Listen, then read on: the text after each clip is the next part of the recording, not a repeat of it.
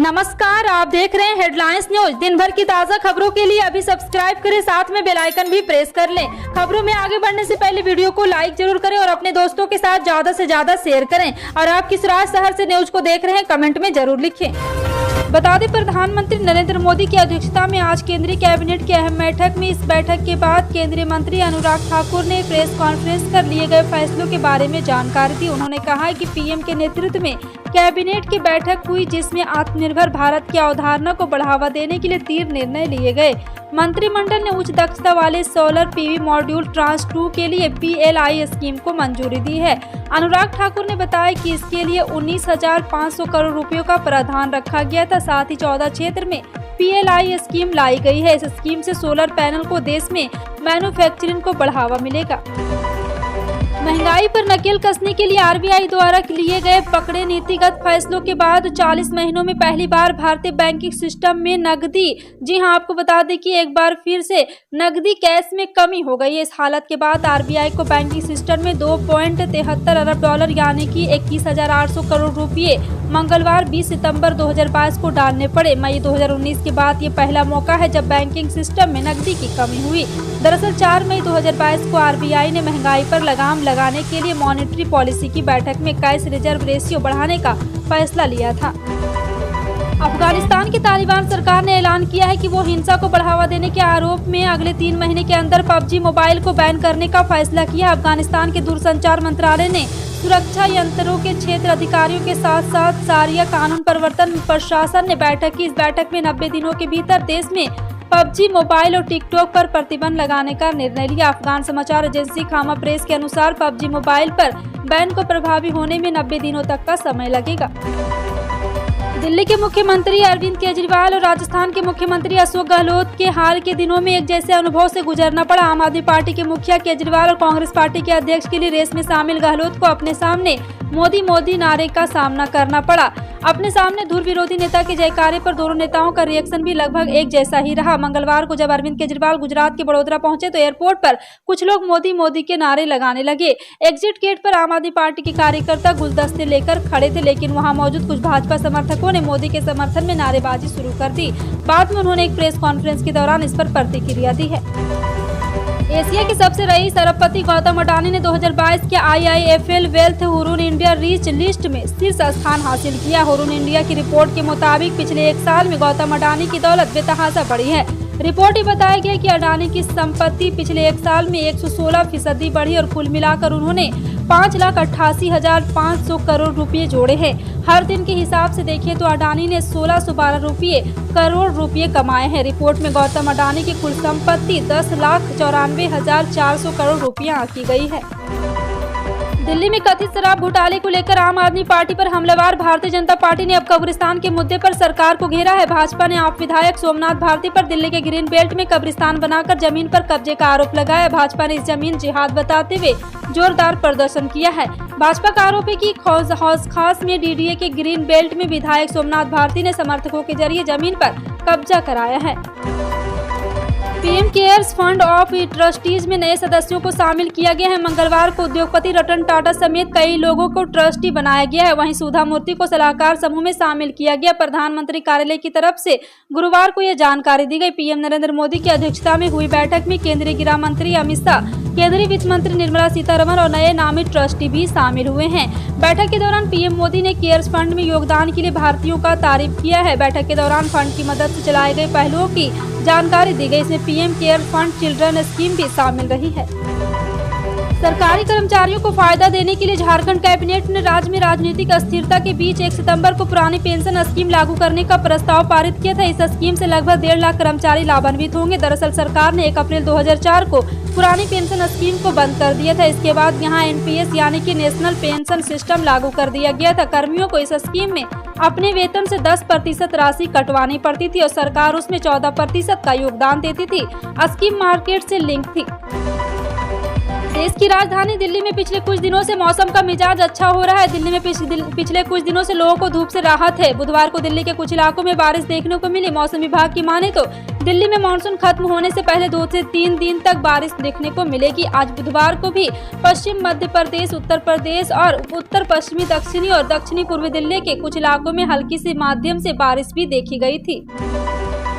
उत्तर प्रदेश में मदरसों के सर्वे के बाद अब वक्फ बोर्ड की संपत्तियों की जांच का आदेश दिया गया है, जिसका विरोध हो रहा है। MIM प्रमुख असदुद्दीन ओवैसी ने भी इसके खिलाफ आवाज उठाई। असदुद्दीन ओवैसी ने कहा है कि यूपी सरकार का आदेश गैर कानूनी है, जिसे वापस लिए जाना चाहिए। उन्होंने शिया और सुन्नी वक्फ बोर्ड पर सवाल खड़े करते हुए कहा है कि दोनों आखिर क्या कर रहे हैं। ओवैसी ने कहा है कि यह एक तरह की छोटी NRC है। असदुद्दीन ओवैसी बोले कि मैं मदरसों के सर्वे के वक्त में बोल रहा हूं कि यह साजिश है। ऐसा करके मुसलमानों को व्यवस्थित तरीके से निशाना बनाया जा रहा है। इस वक्त शिया और सुन्नी वक्फ बोर्ड क्या कर रहे हैं। MIM प्रमुख असदुद्दीन ओवैसी ने आगे कहा कि अगर सरकार को मदरसों का सर्वे करना है तो हिंदू मठों का भी सर्वे कीजिए। केंद्र सरकार ने बुधवार को सेमीकंडक्टर और डिस्प्ले मैन्युफैक्चरिंग इकोसिस्टम को विकास के लिए कार्यक्रम में संशोधन को मंजूरी दे दी। इसके तहत प्रौद्योगिकी नोड्स के साथ साथ सेमीकंडक्टर फैब समेत पैकेजिंग और अन्य सेमीकंडक्टर सुविधाओं के लिए सरकार कंपनियों को 50% प्रोत्साहन देगी। दरअसल सरकार ने हाल ही में अपनी PLI योजना के तहत सेमीकंडक्टर और डिस्प्ले मैन्युफैक्चरिंग इलेक्ट्रॉनिक इकोसिस्टम के विकास के लिए अलग से 76,000 करोड़ रुपये के परिव्यय की घोषणा की थी। केंद्रीय कृषि मंत्रालय ने 2022 से 23 के लिए मुख्य खरीफ फसलों के उत्पादन का पहला अग्रिम अनुमान जारी कर दिया है। इसमें गेहूं की तरह चावल को लेकर चिंताजनक तस्वीर उभरकर सामने आ रही है। चावल का उत्पादन सरकार के लक्ष्य से रिकॉर्ड 7.1 मिलियन टन कम हो सकता है, यानी 70 लाख टन से अधिक की कमी, जिससे यह महंगा हो सकता है। सरकार ने इस साल 112 मिलियन टन उत्पादन को टारगेट सेट किया था, लेकिन जो रिपोर्ट आई है उसमें बताया गया है कि इसका प्रोडक्शन 104.99 मिलियन टन ही रहने का अनुमान है। पिछले दिनों स्पाइस जेट की विमान में आई तकनीकी खराबी के कारण कई उड़ानों के बीच रास्ते से लौटना पड़ा और यात्रियों के सफर में कठिनाइयों का सामना करना पड़ा। इसे देखते हुए DGCA ने एयरलाइंस पर कार्रवाई की थी, जो अब अक्टूबर तक जारी रहेगा। 8 सप्ताह के लिए 27 जुलाई को विमान नियामक ने स्पाइस जेट के 50% उड़ानों की कटौती का आदेश दिया था। बता दें कि जुलाई में ही विमानन नियामक ने एयरलाइंस के खिलाफ कार्रवाई की थी। इसके तहत उड़ानों में 50% की कटौती कर दी गई, जिसे अगले माह तक बढ़ाया गया है। असम के शिक्षा मंत्री रनोज पेंगू ने बुधवार को कहा है कि एक बार फिर से यहां पे असम में मदरसों को नियंत्रित कर सकती है। बता दें कि कई मदरसों के शिक्षकों को आतंकी संगठनों से कथित संबंध के बाद उनकी गिरफ्तारी की गई, जिसके बाद इसे लेकर चर्चाएं जोर पकड़ने लगी है। शिक्षा मंत्री पेगू ने कहा है कि इसे लेकर अभी तक कोई ठोस कदम नहीं उठाया गया, लेकिन सरकार इस बात पर विचार कर रही है कि निजी मदरसों को असम गैर सरकारी शैक्षणिक संस्थान अधिनियम 2006 के नियंत्रण में लाया जा सकता है। उन्होंने आगे कहा है कि हम अब तक इस पर ध्यान नहीं दे रहे थे। हमारे पास पहले से ही गैर सरकारी शैक्षणिक संस्थानों की निगरानी के लिए एक अधिनियम है। देश में पिछले 24 घंटे के अंदर कोरोना के 4,510 नए मामले सामने आए। इस दौरान 5,640 लोग कोरोना के संक्रमण से ठीक भी हुए। केंद्रीय स्वास्थ्य मंत्रालय के ताजा आंकड़ों के अनुसार देश में कोरोना के कुल एक्टिव मामलों की संख्या 46,216 हो गई है। देश में कोरोना की पॉजिटिविटी रेट 1.33% है। साप्ताहिक पॉजिटिविटी रेट 80% दर्ज की गई। गुजरात विधानसभा में अशोभनीय आचरण करने के आरोप में निर्दलीय विधायक जिग्नेश मेवानी विपक्षी दल कांग्रेस के 14 विधायकों को बुधवार को दिन भर के लिए निलंबित कर दिया गया और मार्शल की मदद से उन्हें सदन से बाहर भी निकाल दिया गया। जैसे ही विधानसभा की कार्रवाई शुरू हुई, नेता विपक्ष सुखाराम राठवा ने आंदोलनरत सरकारी कर्मचारी, किसान, आंगनबाड़ी कर्मियों और भूतपूर्व सैनिकों से संबंधित मुद्दों पर आधे घंटे की विशेष चर्चा की मांग की थी। जब विधानसभा की अध्यक्ष नीमाबेन आचार्य ने राठवा की मांग को मानने से इनकार कर दिया तो मेवानी एक कांग्रेस के अन्य विधायक आसन के समक्ष आ गए और नारे भी लगाने लगे। मध्य प्रदेश में भले ही चौसर से चले तेजी से चली जाने लगी कांग्रेस में कर्मचारियों को लुभाने के लिए बड़ा दावा भी चल रहा है और वादा किया गया है कि कांग्रेस सत्ता में आई तो पुरानी पेंशन बहाल की जाएगी। राज्य के कर्मचारियों की तरफ से लंबे अरसे से पुरानी पेंशन बहाली की मांग उठाई जा रही है। ऐसा इसलिए क्योंकि वर्ष 2005 के बाद राज्य में नौकरी पाए कर्मचारियों को पुरानी पेंशन सुविधा का लाभ नहीं मिलने वाला है। उन्हें अंशदायी पेंशन योजना का लाभ मिलेगा। इनमें सबसे ज्यादा संख्या शिक्षकों की है। वर्तमान में इन शिक्षकों के वेतन से 10% की कटौती होती है और सरकार की ओर से 14% अंशदान मिलाया जाता है। नेपाल की राष्ट्रपति विद्या देवी भंडारी ने नागरिकता अधिनियम में संशोधन करने वाले एक अहम विधेयक पर तय समय सीमा के भीतर हस्ताक्षर करने से मना कर दिया है। राष्ट्रपति के इस कदम को संवैधानिक विशेषज्ञ संविधान का उल्लंघन करार दे रहे हैं। गौरतलब है कि विधेयक को संसद के दोनों सदनों द्वारा 2 बार पारित किया जा चुका है। राष्ट्रपति कार्यालय के एक वरिष्ठ अधिकारी भेषराज अधिकारी ने कहा है कि नेशनल असेंबली और प्रतिनिधि सभा की ओर से 2 बार पारित किए जाने के बाद विधेयक को राष्ट्रपति के हस्ताक्षर के लिए भेजा गया था और उन्होंने उसे संसद द्वारा पुनर्विचार के लिए वापस भेज दिया था।